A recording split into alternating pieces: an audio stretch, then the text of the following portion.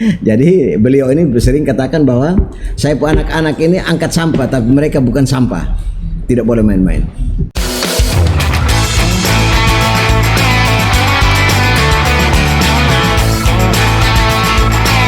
Your voice now, suarakan sekarang.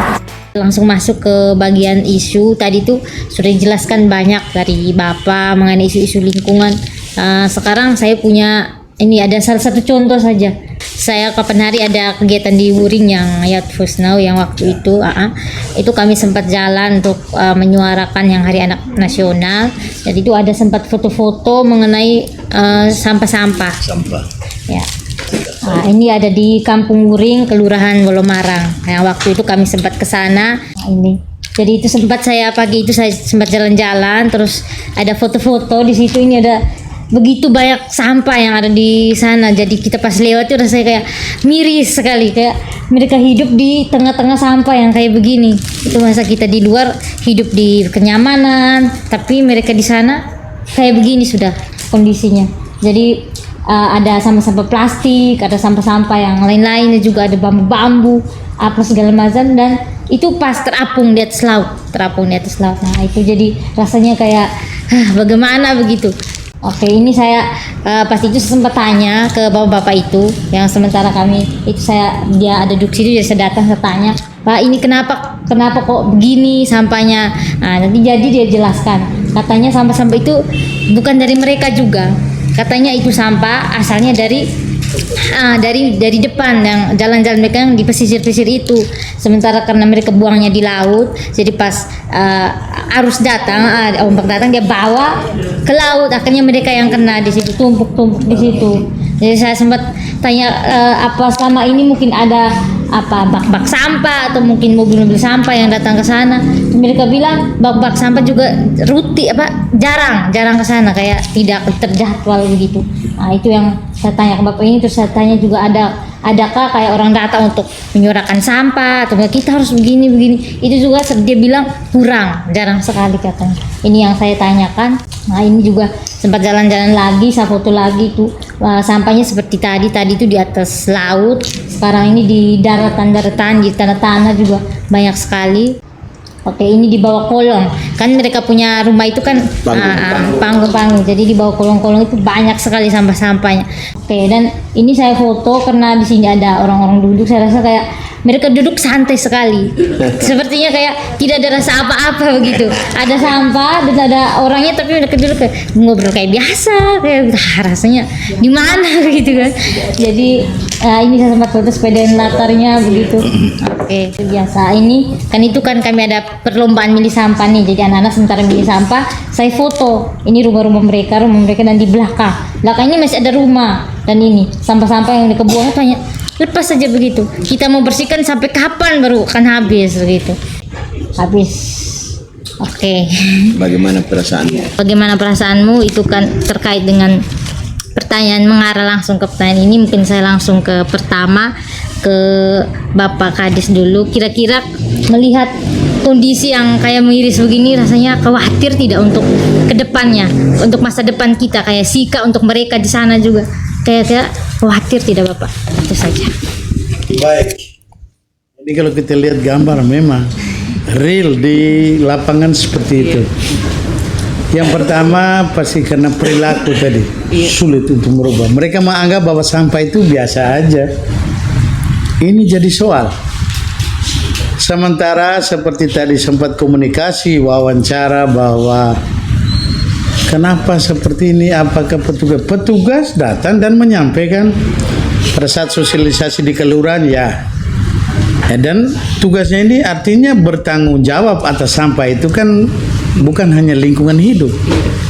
Kan bertanggung jawab itu berarti kita semua dong. Ya. Nah, isu ada pengangkutan mobil biasa.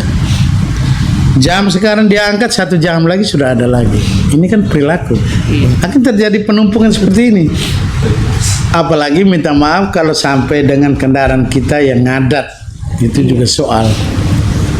1 hari saya sudah tidak angkat, ngeri sekali. Ini yang jadi soal. Karena kita memang kekurangan sarana salah satunya. Kalau koordinasi pertemuan, himbauan, arahan, kita tetap biar kita buat laksana, termasuk para penagih. Yang jadi satu soal karena ini juga menyangkut PAD. Iya. Nah kalau sudah tidak diangkut, sudah jelas mereka bilang kamu tidak angkut ya sudah kami tidak bayar. Terjadilah tambah lagi penumpukan. Nah termasuk PAD ini masuk juga kembali kepada misalnya gaji para anggota DPR, juga dana yang digelontorkan itu untuk kembali lagi ke dinas untuk kendaraan itu. Tetapi kalau yang sekarang bawa sampah itu adalah uang sebenarnya. Bawa sampah terbukti mereka menjual gerdus, ya kalau mereka sudah ada pemilihan. Tetapi ini juga kita butuh orang SDM. Kalau SDM-nya tidak dibilang apa poi ini hanya kayak plastik, susah. Apa poi hanya jual gerdus atau besi tua atau bekas bongkahan seperti ini di belakang rumah yang kita lihat terjadi. Jadi itulah awalnya pertama dari pelaku, tetapi kalau mereka kerja penuh dengan hati, kan banyak uang. Dulu seperti Pak Sekretaris PKO sampaikan, dulu ada bank sampah Ibu Susi ya. Iya. Oke lah, ada sampah organik dan anorganik. Anorganik, misalnya kalau ada dandan, misalnya bisa. Sekarang lembaga mana yang mau supaya itu bisa jadi pupuk, misalnya. Tetapi ini kita belum koordinasi secara baik. Terbentuk sama seperti Pak Sek tadi bilang, kalau hanya mau omong-omong begitu, seremonial, biasa. Oh ngeri. Aplikasinya setelah itu mana? Oleh karena itu tadi seperti disampaikan Pak Sekretaris PKO, tindakan aksi nyata dari kita. Kalau bukan kita siapa lagi? Susah kita untuk menyuarakan aja. Kita sampai dengan lewat radio, pernah juga kita ini kampanye tentang Jadi sampah. ini warganya yang Perilakunya warganya itu yang susah. Mereka anggap biasa aja. Contoh seperti ya bagus juga. Dia duduk santai pada lihat di bawah ada sampah, cuek aja. Dia anggap seperti itu biasa. Itu yang jadi soal. jadi saya rasa kayak pengaruhnya juga besar sekali itu pasti Bapak. Karena dampak itu kan dampak parah sekali. Ini yang jadi soal. Mungkin itu untuk sementara seperti itu. Kalau melihat situasi sampah seperti ini, menurut Bapak yang paling dirugikan, tentunya yang paling dirugikan itu kayak siapa, mungkin masyarakat atau Kalau sudah jelas kita ya, masyarakat. pasti yang masyarakat. paling dirugikan. Ha-ha. Karena berhubungan kesehatan. Mereka yang buat kenanya Mereka langsung buat di kena lagi di mereka lagi, dan mereka lebih susah lagi kalau tidak ada dana masuk rumah sakit baru kasih pertama supaya misalnya. kasih Bapak. Alda dulu dari tadi diam saja. Ini lihat Mulai dari Jawa lah. dong. ini perwakilan dari anak muda, mungkin ada apa, mungkin lihat situasi kayak begini rasanya apa begitu, ini bisa dijelaskan. Situasi yang saya rasakan jiwa khawatir, karena saya sendiri juga sebagai anak muda kayak melihat begini tuh kayak sedih bagaimana kedepannya seandainya kalau sampai ini semakin banyak, tidak tahu bagaimana dampak yang akan terjadi, situasi yang buruk yang terjadi dari sampah-sampah begini di umur yang umur saya begini, di tahun begini saja saya sudah melihat sampah sebanyak ini. Apalagi kalau umur saya semakin bertambah dan kesadaran pun tidak ada, itu pasti banyak sekali sampah-sampah yang bertumpukan yang membuat dampak itu buruk. Jadi kayak saya merasa sedih sekali karena saya juga tinggal di tempat di mana sampah-sampah itu banyak, dan ketika kita berbicara sosialisasi tingkat kesadaran mereka itu tetap rendah sekali untuk itu. Jadi kita sendiri yang harus turun tangan, kita sendiri yang harus mencontohkan, baru mereka bisa sadar. Seperti gambar yang tadi, jika kita hanya melihat mereka begitu duduk, kita juga tanpa sadar kita tidak memilih sampah, tidak mengajak mereka akan tetap begitu melihat sampah. Itu sampah sih juga, nah hidup dari sendiri terbang ini juga ada yang bilang. Padahal mereka tidak tahu bahwa sampah itu tuh untuk dia punya durasi itu lama. Dia sudah, saya pernah nonton dari suatu film, sampah yang sudah terbuat dari alami, dari singkong atau apa itu, Organik. itu pun lama untuk dia terurainya. Apalagi sampah-sampah yang dibuat dari Plastik. plastik. Ratusan tahun baru dia bisa Itu parah, dan memang benar menurut Bapak tadi, sampah tadi bukan hanya dari lingkungan situ saja, tapi terbawa karena saya tinggal di Longser situ kan. Hujan, ketika hujan itu banjirnya dari atas itu bertumpuk semua di bawah di bawah tempat kami, karena tempat kami kan ada buat itu full dengan sampah-sampah. Dan itu bukan dari lingkungan kami saja juga, tapi dari atas, dari lingkungan atas, dari tempat lingkungan lain. Dan kayak saya sedih sekali, aduh seandainya ini jika dampaknya besar sekali, mungkin kita tidak rasakan sekarang, depannya kita tidak tahu. Jadi mungkin sekarang saya sebagai anak muda, saya ingin mengajak bapak, ibu, teman-teman saya untuk meningkatkan kembali kesadaran kita, kesadaran masyarakat kita untuk lebih memperlihatkan bahwa kita harus mempedulikan pada sampah ini, karena dampaknya itu sangat buruk, walaupun belum sekarang dilihatnya.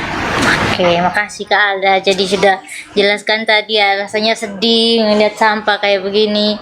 Oke, saya kembali ke Bapak. Mungkin setelah melihat ini rasanya gimana? Khawatir atau mungkin bisa?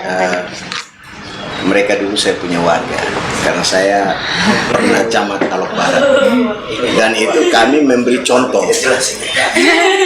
Ini kami memberi contoh setiap Jumat. Kami dari 4 kelurahan tuh baktinya sana, tapi mereka enjoy.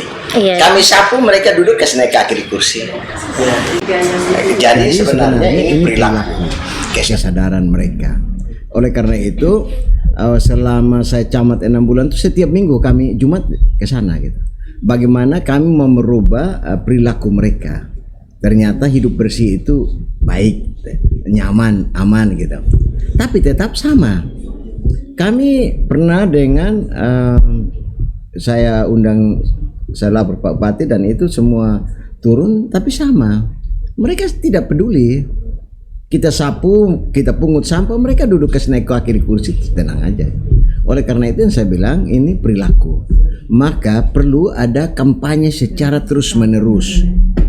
Kampanye secara terus-menerus dan kita wujud nyatakan itu dalam pola hidup sehat dengan kita setiap Jumat kita bantu kerja gitu.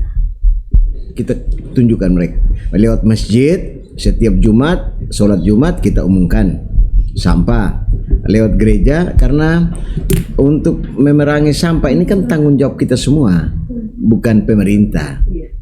Kalau nanti dampak buruk, dampak negatif dari sampah ini kan ini untuk semua, kena semua, bukan hanya kena pemerintah kan begitu.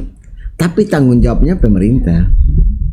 Sehingga kalau masyarakat Uring, saya sudah tidak heran karena saya mantan lurah Uring dan juga mantan camat Alok Barat.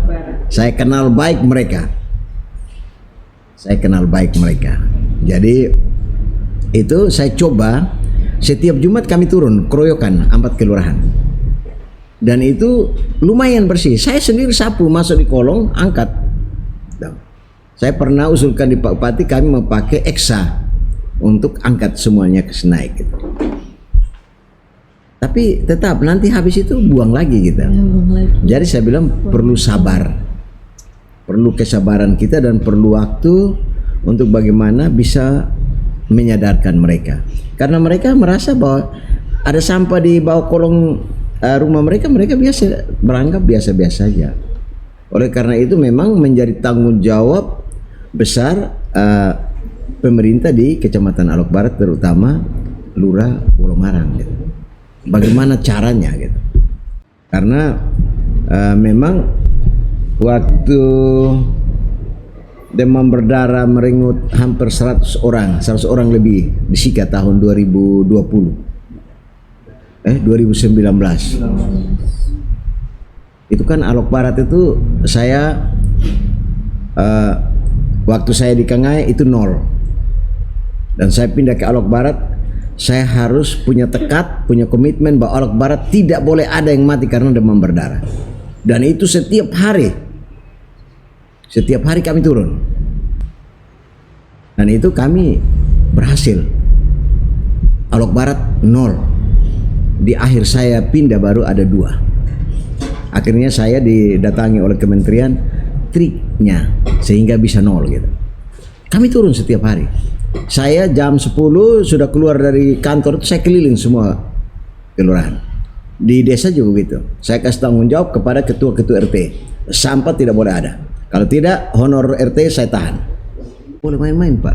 Orang takut. Saya tidak. Drainase di Wedoken dulu banjir. Itu Cina tidak mau bongkar dia punya plat deker. Saya tunggu. Saya bilang, Eksa kau bongkar. Dia keluar, kalau dia omong banyak, kau tendas dia dengan itu. Eksa, saya tanggung jawab. Tidak berani keluar. Karena saya kalau sudah peringatkan, itu saya sudah siap gitu. Kalau untuk, saya secara punya prinsip, kalau untuk kepentingan umum, saya punya leher, saya pertaruhkan Pak. Itu hidup saya. Ini kami dua seperti itu. Jadi beliau ini sering katakan bahwa saya pun anak-anak ini angkat sampah, tapi mereka bukan sampah. Tidak boleh main-main. Dan Pak, kami pernah buat Pak. Karena saya sudah bilang, kalau untuk kepentingan banyak orang, saya leher, saya pertaruhkan. Dan itu harus. Jadi ini memang miris sekali Nona untuk ada di Uring ini. Tapi kita butuh waktu, kita terus mengkampanyekan dan kita memberi contoh. Kita kerja sapu. Oleh karena itu, harapan saya adik-adik di Forum Pemuda ini mungkin perlu ada koordinasi kerjasama dengan pihak kelurahan dan kecamatan supaya mungkin fokus untuk Uring, kelurahan Uring. Coba ditargetkan 3 bulan, 6 bulan bisa selesai, tidak sampai itu. Koordinasi dengan TNI, Polri, SAR, Lanal. Dulu saya koordinasi, kami target 3 bulan selesai sampai, tapi habis itu datang lagi. Saya masuk Pak, pakai training, saya masuk di air. Dan itu 3 bulan habis itu ulang lagi gitu. Jadi itu saran saya, memang perlu ada kampanye secara terus menerus dan ada aksi nyata dari kita. Aksi nyata bukan kita pemuda saja, tapi ada koordinasi, kolaborasi dengan pihak-pihak terkait untuk bisa kita memerangi sampah di sana. Kalau kita hanya kesadaran orang Uring saja, itu butuh waktu 100 tahun tidak selesai. Saya kira itu. Terima kasih. Baik Pak, terima kasih. Tadi sudah penjelasan panjang lebar sekali mengenai kesadaran juga mereka di sana, terus caranya untuk menyadarkan juga soal kampanye-kampanye. Oke. Sekarang kita tutup dulu sesi pertama, kita kembali ke forum dulu. Mungkin ada yang mau menanggapi, ada yang mau bertanya mungkin dari perbincangan kita tadi. Bapak, terima kasih. Sebenarnya kita dari Yayasan Tren ucapkan terima kasih hadir di sini, tapi bahwa karena kepedulian maka saya juga sedikit saya senang dengan pembicaraan Bapak berdua tadi. Bapak Sir, mungkin karakter masyarakatnya ini yang sebenarnya harus berubah. Saya senang Kota Kupang dulu juga memberikan soal-soal sampah. Tapi ketika kita kunjung di Kupang, kita ingin sedikit berada terus di Kupang. Persis sekali. Setelah saya tanya di tetangga juga keluarga-keluarga di Kupang, mereka bilang gerakannya itu harus mulai dari wali kota. Pucuk pimpinannya harus paham bahwa pucuk pimpinan itu baru gerakan ke akar rumput. Sehingga mungkin Bapak Sil dengan Bapak Sekretaris Pak Sek mungkin seperti apa ini terkait mengubah karakter masyarakat ini. Apakah ada hal yang bisa kita lakukan sehingga seperti Bapak tadi, kita biarkan saja sampah, tetapi kita tidak akan berisiko pada anak. Nah itu saya rentan. Prinsipnya mungkin seperti apa, mungkin ada trik atau ada hal yang bisa dibawa, hal baru yang bisa dibawa dari Kupang, bisa diceritakan. Karena di desa juga sampah banyak, tidak hanya di kota. Baik, Langsung saja. Jadi seperti apa yang disampaikan tadi, satu shock terapi mereka yang pertama yang seperti saya sampaikan tadi, sampah tidak diangkut, tapi itu kan beresiko.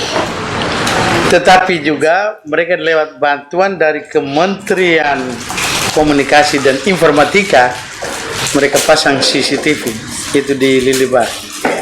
Jadi maksudnya kalau orang yang seperti saya contohkan tadi di Buri, hari ini diangkat sebentar 1 jam ada lagi misalnya. Kalau kamu menyangkal Palura, RT, RW mereka tahu, mereka pasang CCTV. Lu mau menyangkal ini, lu pul muka ini. Lihat, lu buang jam sekian. Itu benar, dan ini terjadi di Lilibar, termasuk lurah Teladan. Kiat itu yang saya berbawa ini, yang saya berpulang tadi siang. Oh benar juga. Soalnya kita karakter orang timur itu kan keras.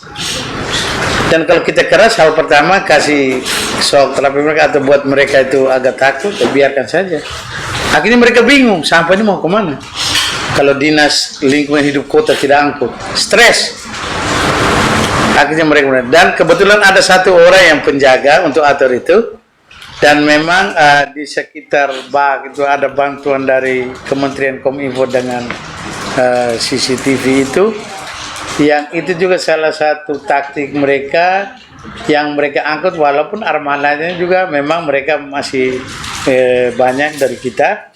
Tapi itulah karena wilayahnya dari Pak Lurah Liliba, beliau sangat, artinya dia sangat kreatif itu.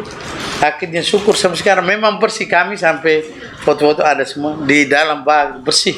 Setelah diangkut bersih karena jam, menentukan jam. Buang itu jam sekian sampai jam sekian. Dilihat daripada itu tidak boleh. Itu tahan besok pagi baru buang sesuai jam yang sudah tentu. Jam 6 pagi harus sudah buang. Itu jam 10 pagi tidak boleh buang. Karena itu orang sudah mulai aktivitas, tidak boleh ada sampah. Dan mereka keras keluarkan aturan itu. Ini kami alami pada saat kaji banding tentang sampah. Di sini memang waduh. Dan itu mungkin kami besok lusa akan kami terapkan dalam demikian. Sebelumnya itu kan pasti ada beberapa mekanisme, pasti sosialisasi, penyampaian, mulai dari kecamatan, lurah, dan lain-lain. Dan hal itu yang kata kita praktikan. Itu saja saya kembalikan. Ya, terima kasih jawabannya. Mungkin teman-teman yang lain ada yang mau bertanya lagi, mungkin dari penjelasan Bapak tadi ada yang kurang jelas. Baik, terima kasih atas kesempatan yang diberikan. Saya sempat sharing sedikit. Waktu saya pengalaman kuliah di Undana, kami ada mata kuliah tentang lingkungan. Jadi waktu itu kami terjun langsung ke seperti di Liba, wisata, pasar wisata, kami terjun langsung mahasiswa, kami sama-sama kerja bakti di situ. Terus di pasar wisata tersedia memang sampah, tempat sampah yaitu ada organik dan non organik. Jadi dari situ kami pungut sampah yang non organik kami taruh di tempatnya, sedangkan organik taruh di tempatnya.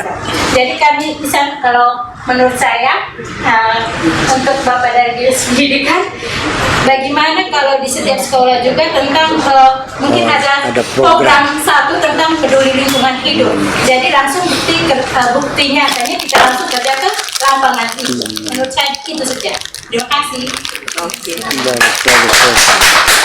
Pertama, semua sekolah kami wajibkan itu punya tempat sampah.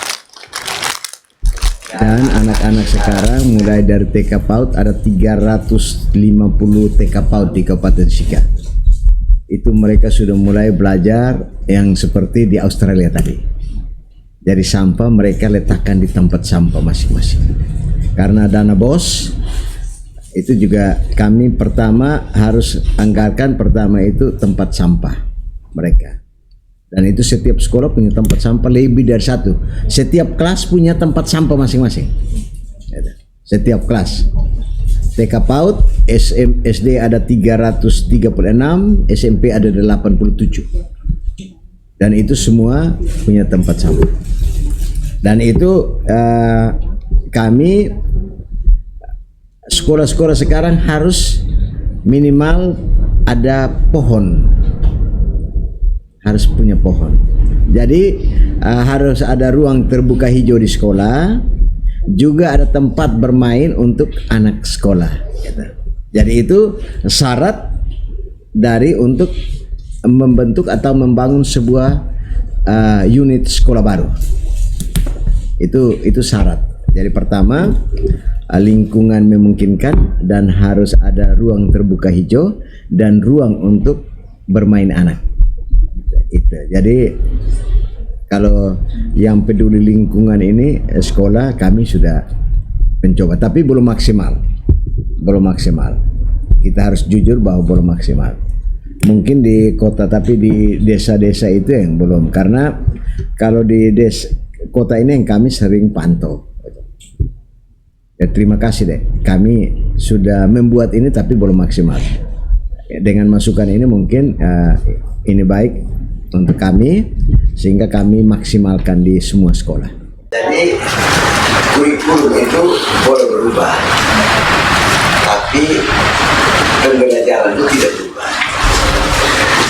Jadi dia hanya berubah K13 ke kurikulum merdeka. Kurikulum merdeka itu penekanannya hanya bagaimana pembelajaran tuntas. Pembelajaran tuntas artinya contoh seperti di bangku kuliah. Jadi ada pengelompokan. Misalnya kelas 1 ada anak yang belum bisa merangkai kata. Itu mereka di di dalam bentuk mereka tersendiri. Jadi ada tambahan les yang ini supaya mereka bisa tuntas gitu. Jadi dia nanti naik kelas 2 tapi maksudnya bacanya belum. Nanti di kelas 2 dia fokusnya dibaca gitu. Kurikulum mereka. Jadi pembelajaran tuntas gitu. Dan itu ada pembentukan karakter. Jadi anak diberikan kebebasan untuk berinovasi dan berkreasi gitu. Tapi dibimbing oleh guru gitu. Jadi sebenarnya kami kemarin di Surabaya kurikulum dia boleh berubah, tapi pembelajarannya yang tidak berubah gitu.